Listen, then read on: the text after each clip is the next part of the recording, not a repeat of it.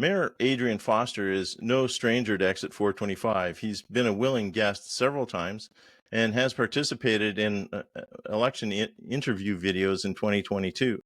As we enter the second half of the current term in just a few weeks, he is back with some updates and some insights into a few big ideas. Today's guest at Exit 425. In the main corridor of Exit 425. Local politicians to connect with families. What are some unique challenges? Thanks very much, Steve, for having me. Exit 425. It's where we live. Mayor Adrian Foster, welcome back. Lots to talk about just before the 2-year warning prior to the next municipal election. All bets are off for provincial and federal elections, but we know when the municipal election is going to be. We were foiled for the last week or so by my calendar and your technology, but here we are now. Thank you for meeting me at Exit 425. I'm glad this finally happened, that we got it together. You'd mentioned earlier that I had to come up with something abusive. The lights just went out on me, but never mind. But that's a pretty spiffy introduction. That's as abusive as I can be today. Well, that's very kind. So that's awesome.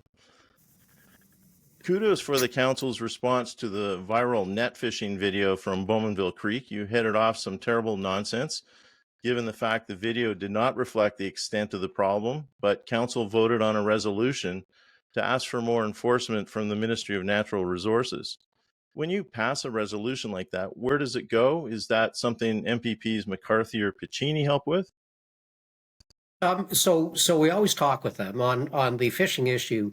While the video went viral, we have problems down there every year. So the province had already stepped up, feds had already stepped up, DRPN bylaw. So we were already down there in greater force than we would normally be down there. But while I haven't seen numbers, one of the fellows that volunteers down there very frequently with a bit of glee in his voice said, Adrian, a lot of charges have been laid. And it's unfortunate, but a good thing at the same time that we get people to be responsible. It's a resource that everyone gets to use, and true of so many things. A few bad apples just make a mess for everyone. I've been in schools for years, so you don't have to convince me of that. Yeah, right. Kudos also for your response to concerns about access to Garnet Rickard Pad A for the Clarington Flames girls hockey teams. Friday nights are theirs on that great ice with the cool environment. I'm sure there will be more time in the future and more thought about equitable sharing of facilities. Yep, so a cool environment. Well, yeah, I just realized that now as you said it. I could not let that go by. You could not. I could not, but the reality is, you brought that to our attention and others. So I'm not sure if kudos come to council and staff, or if kudos go to you folks. So I'm gonna throw that right back at you. I'll take it. That's awesome. And there's an invitation to their next home game for the U18 AA girls. If I'll share the date with you later on, and if you're able to make it, that'd be terrific. Already. This question predates your term as mayor, and I don't fully know the history of the jury lands, but it seems to me that it has taken a long time to embrace this unique piece of history right in Bowmanville. Camp X is a big deal, and there isn't even a building at the site. It seemed to me that Jeremy Freeberger was sounding a bit frustrated or impatient at the September governance meeting when he spoke. What's the story there?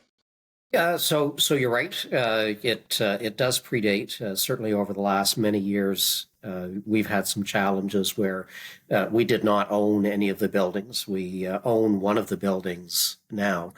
The level of deterioration is heartbreaking. With that, council is going to have to make a very difficult decision in terms of what we do. Can we save a building? A report will be coming shortly, just to make the building safe. So not make it usable, just to make it safe is going to be about 4.7 million is the price that I got recently, and we don't have a lot of money, so it's going to be tough it's going to be tough working that one out. And that's such a shame because, where else is there such a evidence of history, and it's not really happy evidence, but it's something that most communities just don't have in their presence. And it's just strange to me that anyone would have allowed it to get to that level of whatever the term is. Yeah. I guess the problem, if you're looking at the former owner of the one building and the other buildings, developers very little interest in putting capital, and especially if you don't know what you may or may not be using it for. I have some concern over the you speak to Camp X, so the resources and books and things that are available on Camp X. I think if we preserve the building but not the history, that is going to be a greater fail. Quite frankly, so there's all kinds of documentation, videos, all kinds of material that we could tell and share that story digitally so well. And of course, everyone's focused on the POW camp, but the school, for better and worse, things happened at that school that that have to be remembered, because if you don't remember your past, you're bound to repeat it. On the other hand, there were boys there that learned jobs, got trades. I remember reading a story where the first time one of these boys got in there, first time that he had a bed to sleep in, was in the school. So I really think preserving the building, if feasible, and if you haven't gathered, I've got some serious concerns about that. But the history for sure. We need to preserve and make it accessible. You're absolutely right about the protecting the building, but not sharing the history and making that more available. That's absolutely right. You may as well just level the building. But I think it might be Pier 21 is where immigrants came to Canada. Mm-hmm. They had what I thought was a brilliant idea. They took a lot of their exhibits and put them in the airport, put them in places where people were. So instead of someone going to, and I've been there a couple of times, I don't know how busy it gets. When I was there, it wasn't hugely busy. But if the point is to tell the story, put the story where people are going to read it and see it. Sure. And then they go, hey, I should go look at that place. And they do, and there's lots going on there. So you're right. Great example, too.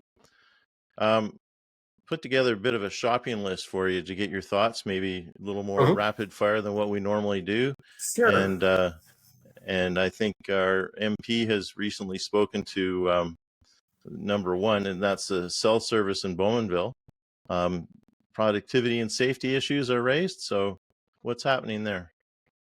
So we have determined that a string and 2 paper cups is the preferred technology moving forward. More reliable, right?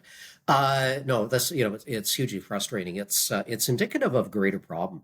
We again, in a couple of weeks' time, will have a report on towers that we will cite on municipal property. We have really no sway or carriage over that. And if you look at what the MP is talking about, is getting the federal government more involved. They're the ones that give the licenses to the telecommunications companies. But we have been working on this for a while, as we did on getting fiber across municipality. And truthfully, it's not something that the municipality should have to do.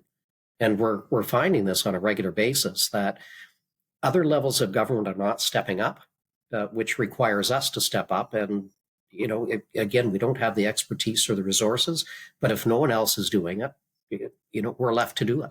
So hopefully the report will see what companies come forward to put some of those towers up. There are a number of them in Bowmanville, and maybe, just maybe, you'll actually be able to make a phone call and connect. We're spoiled in Curtis, relatively speaking, then, because we don't have any issues. But it's pretty good service. It's not nearly as bad. but my Bowmanville friends all complain about the cell phone service. So, and you're right, it is a federally regulated issue. But when I first wrote this question and was thinking about it, I wrote that you probably get most of the complaints at the municipal level, even though it is a federally regulated industry. So, the reality is municipalities are exceptionally accessible, probably more so than any other level of government.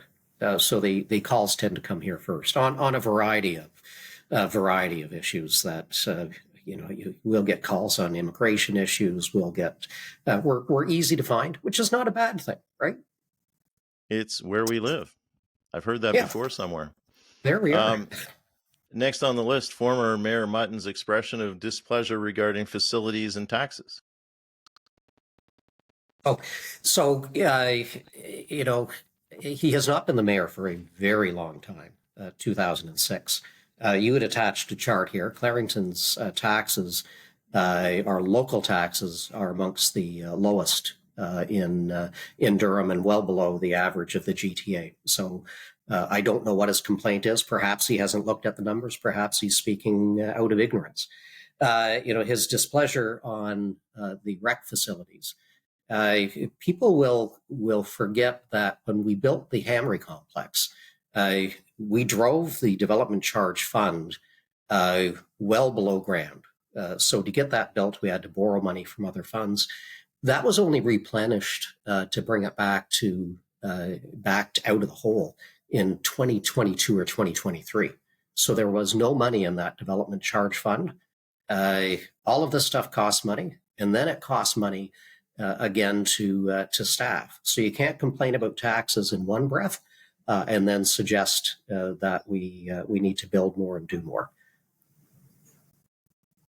Homelessness and poverty. The Association for Municipalities of Ontario, I think, is the group. Recently in Ottawa, I think it was. There was the media seemed to be really shocked and surprised that homelessness and poverty was as big an issue as it was. You and I have talked about this before, as I have with Sammy and Granville. We know that it's a big and growing issue in Clarington. What happened at the AMO? So there was the immediately before AMO, there was a meeting of Ontario big city mayors. So there are 31 of us that represent. It's probably close to 80% of the population of Ontario. So if you've got over $100,000, 100,000 people in your municipality, you're part of that group. We had dialogue. The federal minister of housing showed up there. Some of the ideas are hard to comprehend. I'm being politically correct here. The unsheltered issue, homelessness issue, impacts. It's just not just the homeless in one of the wealthiest nations on the planet, but the quality of life of individuals. As you go down the street, see the encampments, have to deal with the panhandlers, and then you've got the issue with the businesses. I wonder sometimes how far out of touch these folks are. Clarington's in a bit of a bubble. We've got a limited problem here, growing, but limited. If you look at Ajax, Oshawa, where the services exist, people will go because they need those services. The province, Premier Ford, announced the other day that work was going to be done dealing with lower tier governments ourselves, the federal government, and the province. Our fear with that is if you build a bunch of transitional housing, you get these people out of tents, as we should, but don't provide the wraparound services, don't provide the mental health, the addictions help, policing, you're going to create a mess. And if you don't evenly distribute those resources across municipalities, where you build it, they will come. Again, the potential to create a mess. So I really, really, really hope that the province listens to us. We're frontline on this, and I really hope that the federal government listens to us. MZOs. are they back? And one was recently defeated in Scugog. For now, is this a concern in Clarington? Not so. So we are actually looking at a couple of instances where an MZO might be a good thing. We've got an individual that's looking at building a business here that would employ a number of people in an environmentally way. We'd love to welcome them. So on some of those things, whether it's a strong mayor's powers or MZOs, if there's a way of getting from A to B in a quicker fashion, we will consider. We're not afraid of them in the right context. Is the province going to be as heavy-handed as they were in the past? I don't think so. You did notice hesitation in my voice. I did. They got their knuckles wrapped a little bit in the MZOs at the green belt, but knuckles heal. So. Well, and if you look at the by-elections that are going forward and you look at the polling, it would appear that most Ontarians are happy with what's going on right now. Time will tell, as you say. So whether an election, probably sooner rather than later. That's right. Development charges. Granville told me last week that the province has backed off on them a little bit and has allowed some development charges. Yeah, that's already old. That's already old news. So there's been more news since you talked to Granville. So development charges were never taken off of the development charges continued to exist. So we were never completely without development charges. There were a number of, depending on the nature of development, how much we could get in development charges, whether it was a full amount or half, or any development charges at all. And more recently, the province is looking at capping development charges for a 4-year period. As you point out in your notes, those development charges pay for the infrastructure that's required for houses to go in. If we don't get the money from development charges, I have to get the money from your property taxes, which means you could look out your window, see a new subdivision go in, and your property taxes are helping to build that new subdivision, for which you're not profiting. But it's a challenge with municipalities. Our source of revenue is property taxes, and if I repeat myself a few times, you are paying for things on property tax that property tax was never supposed to cover. Things like us working on fiber, us working on cell, us dealing with refugees Right. and big homeless populations. So again, it would be nice if the upper levels of government would engage us in fruitful, meaningful discussion. It's frustrating. I'm kind of chuckling at the lights going out on you there. Right. Well, don't let the sun go down on me. I was going to keep waving my hands, but I think I'm just going to sit here like this. That's fine. We'll just roll away. We're doing everything we can to save money on electricity. That's good to know. That's awesome. Or they're keeping me in the dark. I'm going to let you figure that one out. Yeah, well, I have my own theory about being kept in the dark, and that's from my work experience. So I think I know that one. There you go. Changes to plan, and I think you said once before that it's moving from regional to local. Implications with that? Is it working? What's happening? Too soon to tell how well it's working or not working. One of the challenges that we're looking at is the ability to broadly plan Durham Region. Doesn't exist, and I don't know if that sets municipalities up to be competing one with the other, as opposed to having another level of government that's more concerned with the greater area. An immediate impact is there are things that we will need to do that Clarington didn't have to do in the past. That's going to cost money. Durham Region is really struggling with budgets, as you've heard already. So They're not going to be sending the cash down that they used to spend to us. We're going to have to find more staff and pay for more staff to take up the things that Durham used to do.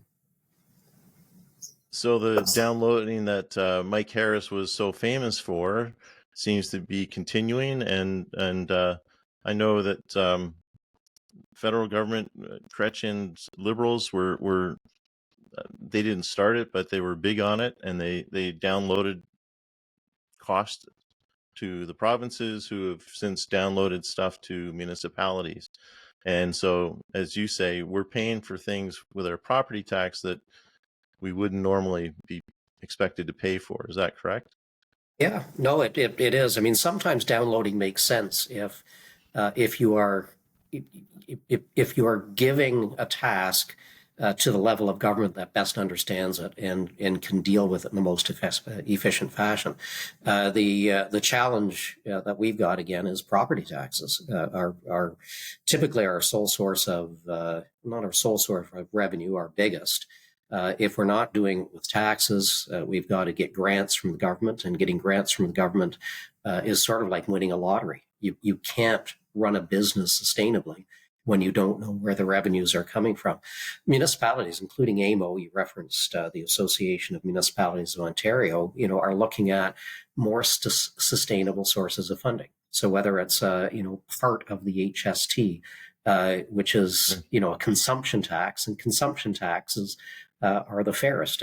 If you've got $1 million and spend $500,000 a year, you pay more in taxes than someone who's barely able to put food on the table. So we need better and different sources of revenue, which does not mean more taxes. People, we need to better share, more equitably share the money that's already being collected. That's awesome. That's great information. And finally, for this shopping list, Go Transit, always a favorite. Yeah. So Go Transit, there's a lot of work going on the Go File. Part of the construction that you see on the 401 in Oshawa, the bridge coming in, part of that is predicated by Go. There have been very recently an in-camera report at Durham Region, a path forward on that. We'll be looking for a report probably within the next 6 months. And this is around how we are going to be trying to build those GO train stations. So as you know, the province said they're not building GO train stations. That's going to be up to the developers, the landowners. That's an incredibly difficult task because the developers don't build GO train stations. You could suggest that it's a bit unfair, if we're looking at subway extensions, they're building subway platforms, but not GO train stations. But Durham came up with a really good idea. The province has supported it. There's some fine tuning to be done. We think we have a plan. So progress. That is moving forward. Moving forward. That's good news. No date yet, though, but we have progress moving forward. Yep. Yeah, it'll be nice when they, even if they give us a, we're trying to push on that. Give us a guesstimate. Just let us put a pin in the calendar at some point. Well, and everyone understands when if stuff goes over time, right? Just explain why. But I'm going to get a great big red pin and put it on rip that page out of the future calendar, put on the wall, and stare at it daily. We've been numbed by the Eglinton Crosstown anyways, and the Yes. length of time that's taken. So Right. anything they tell us now is really not going to be too horrible. Yeah. On to the other questions. Will there be any more multi-story buildings in Curtis, especially along Highway 2? And what about the infrastructure? Because I understand the building that's most recently going up, I call it Curtis's high rise, and Sammy corrected, it's not a high rise. It's not, but it's more than 2 floors. And so that sewage and water had to tie into the neighborhood in behind. So will we be getting new infrastructure along Highway 2? So the region's been talking about that forever. For development to move forward, they're looking for solutions. So that's the MOND development that you're speaking about. There have been plans directly across the street for some time. So as the developers, if they want to move projects forward, they're finding other ways of moving the projects forward. The region had identified some time ago that they were going to bring the infrastructure into Curtis. If there's a way of doing that, they don't need to bring it in, which saves us money. All the power to them. On the question of will there be more high rises, the answer is yes. And beyond Highway 2. So I had some developers in that are looking at Curtis Road, while their taller stuff will be several years down the road. You're going to see intensification and the higher stuff beside the main corridors. And along the main corridors, that makes really good sense because it supports infrastructure like, garbage collection if it's not private, and certainly buses and that sort of thing, right? So. Yep. So, transit and again, as I say, the infrastructure is right there. The other is so generally speaking, when you look at our plans, you put the tall stuff near the main roads, and you get shorter and shorter as you get closer to the subdivisions. So there's a blending, if you will, of the buildings coming in. Having said that, I think on Darlington Boulevard, that piece of property that we're still waiting on, I think it was 1988 that the zoning was passed to allow an 11-floor building. So it can take time. It can take time. And you and I have talked about building permits sitting around waiting for someone to come and pick them up and use them. So I guess that's an example, right? So I don't know that they're at the point with the permits, but the zoning and a project. But it's a frustration. While the province wants to give us money for starts, we don't control starts. So permits can be ready to go. Permits can be exceptionally close to being ready to go. A small amount of work that needs to be done by developers, and for whatever reason, they don't pick them up. Very frequently, the folks that bring proposals to town aren't developers. They get all the approvals, and the property values go up, and they simply flip the property. But many of the individuals that we see have no intention of ever building anything. We've talked about this idea before, and it has to do with the regional disparity. We've got the 4th largest population in Durham, but fewer councillors. So many would argue higher quality councillors than others, but still fewer. And we have fewer than number 5 Pickering. And we can be outvoted by Uxbridge, Scugog, and Brock, whose total population doesn't touch ours. Is there any change coming to that?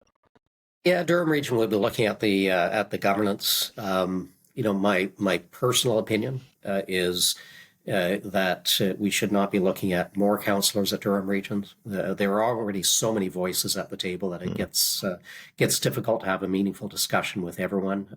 If anything, I think we need to see a reduction, however that works out. But to your point, if we look at Brock, population around 12,500, the mayor and a councillor, so they represent 6,300 people each, whereas in Clarington, we're representing closer to 36,000 people each. So there is a disparity.